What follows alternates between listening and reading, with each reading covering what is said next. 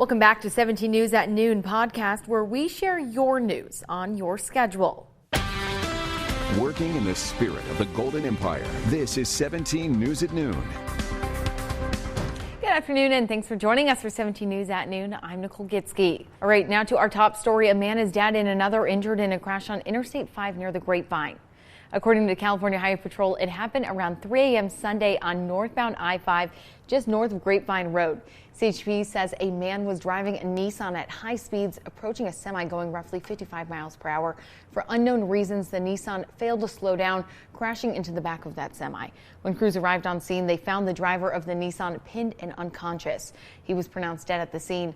The driver of the semi suffered minor injuries. CHP says it's unknown if drugs or alcohol were factors in the crash. And now to an update on a crash we first reported this morning. A motorcyclist has been seriously injured in a crash in East Bakersfield. CHP says the crash happened just before 10 a.m. Saturday when a Ford Mustang ran into a motorcycle in the area of Niles Street and Glenwood Drive. Officers say they found the motorcyclist and transported them to the hospital for major injuries. The crash was suspected to be a hit and run, but CHP says the driver remained at the scene. No drugs or alcohol appear to be factors in the crash. And 3 local mothers are looking to raise money to build memorials for their sons who died in a DUI car crash. You may remember Devin Atha, Timothy Wilson, and Andrew Ortiz died on New Year's Eve less than an hour before midnight. The crash happened on Brimhall Road near Liberty High School. The 20-year-old friends were ejected and killed when a 4th friend, accused of driving under the influence, lost control of the car and hit a tree in the median. Now the mothers who lost their sons are working to establish a pair of memorials. The families plan to place memorial branches at the park at Riverwalk and near the site of the crash itself. Now, Pizza Rev on Stockdale Highway says today it's donating 20% of its profits to support the fund for a memorial. The fundraiser is happening from 5 to 8 p.m. and on April 17th, the families will host a fundraiser, the Together Forever Golf Tournament at Kern River Golf Course, to help pay for the 2 memorials. To participate, volunteer, help sponsor the event, or provide raffle prizes, call one of those numbers at 301-4754 or 330-3624. Well, now to an update on a CSUB basketball player who is fighting for his life after being involved in a car crash in San Diego. 17 News has learned Ronnie Reedus' condition has slightly improved following a serious crash earlier this week and has been placed in a medically induced coma. That crash happened in his hometown of San Diego on Wednesday. According to a source, Reedus is due for a long recovery, but he is heading in the right direction. The school is asking for your prayers for Ronnie and his family during this time. And new information on a shooting that left 1 dead in southeast Bakersfield. It happened last Thursday in the 300 block of Cottonwood Road near Feliz Drive. According to the Sheriff's Department, the victim, 32-year-old Carlos Perez Hernandez, was shot and killed. No information about what led up to the shooting or who the shooter was. If you have any details, call KCSO at 861-3110. All right, now to coronavirus news. We are still learning how deadly coronavirus was during the winter surge. Kern Public Health confirmed an additional 5 new deaths today, although those people died earlier this year from COVID-19. Now, 4 of those reported deaths happened back in March. Kern Public Health also announced 20 new cases. New state data shows there are 52 people in the hospital with coronavirus and 14 are in the ICU. So far, nearly 1,300 people have died from the virus in Kern County. Health officials say most of these recently reported deaths are a result of the surge we saw following Christmas and New Year's. And more than 100 photos have been uploaded to KGET's gallery honoring those we've lost to COVID-19, and we want to continue to hear your stories. Upload your photo and a message to Those We've Lost gallery. You can also see photos and read the stories of others who have been victims of the pandemic. The gallery can be found on our website, kget.com.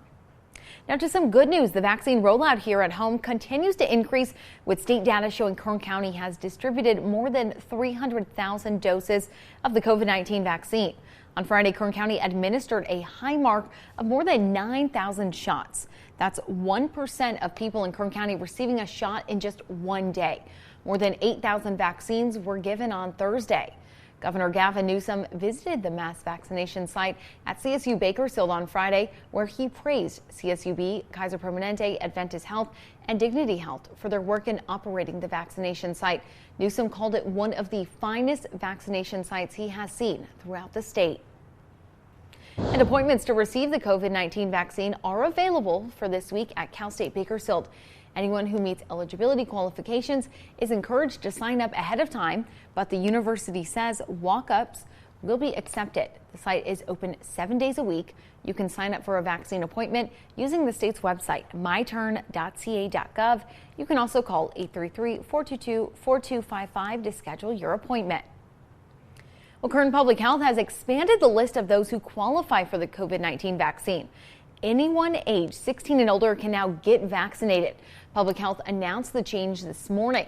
This adds 165,000 people to the list of those eligible. The state is allowing counties to relax vaccine eligibility criteria before the statewide movement to all people 16 and older. That means right now, if you're 16 years and up, you can make an appointment today to get the vaccine. And there are a few ongoing studies to see if people under the age of 16 can receive the vaccine. In just 10 days, which is next Thursday, April 15th, everyone across the state who is 16 and older will be eligible. And remember, anyone living with someone who qualifies is also eligible. Well, as millions across the country continue to be vaccinated against coronavirus, some people are buying fake vaccine cards online. The Department of Health and Human Services and the FBI are investigating this growing trend. There's currently no federal system to authenticate the CDC's vaccination cards, which makes it easy for scammers to make them. Experts say a digital verification code or QR code may roll out eventually. To report suspicious activity involving fake vaccination record cards, call 1-800-HHS-TIPS. Experts also say that when you get your real vaccination card, don't take a selfie with it. Bad actors are pulling people's personal information from cards posted to social media. And Adventist Health Bakersfield is offering free childhood immunizations against vaccine-preventable diseases all throughout the month. Now today until 2 p.m., Adventist Health will host a clinic in the parking lot of Food Max on Main Avenue. They'll also be hosting another one on Wednesday from 9 a.m. to 2 p.m. in the parking lot of Kern County Department of Human Services. Before attending one of the clinics, you are asked to call 869-6740 for instructions on how to make an appointment. And a warning for college students and staff. The IRS reports scammers are continuing to target people with a .edu email address, sending emails which look very much like they're from the IRS with the agency's logo, but they're not. The subject line includes tax refund payment. The email then asks people to submit a form to claim their refund, sharing information like your name and your social security number. Don't do it. If you're looking for a refund, you can check the status yourself at the Where's My Refund tool on irs.gov. This morning, President Joe Biden offering a message of hope following Easter weekend. We know that longed-for dawn is almost here. We will rebuild our nation.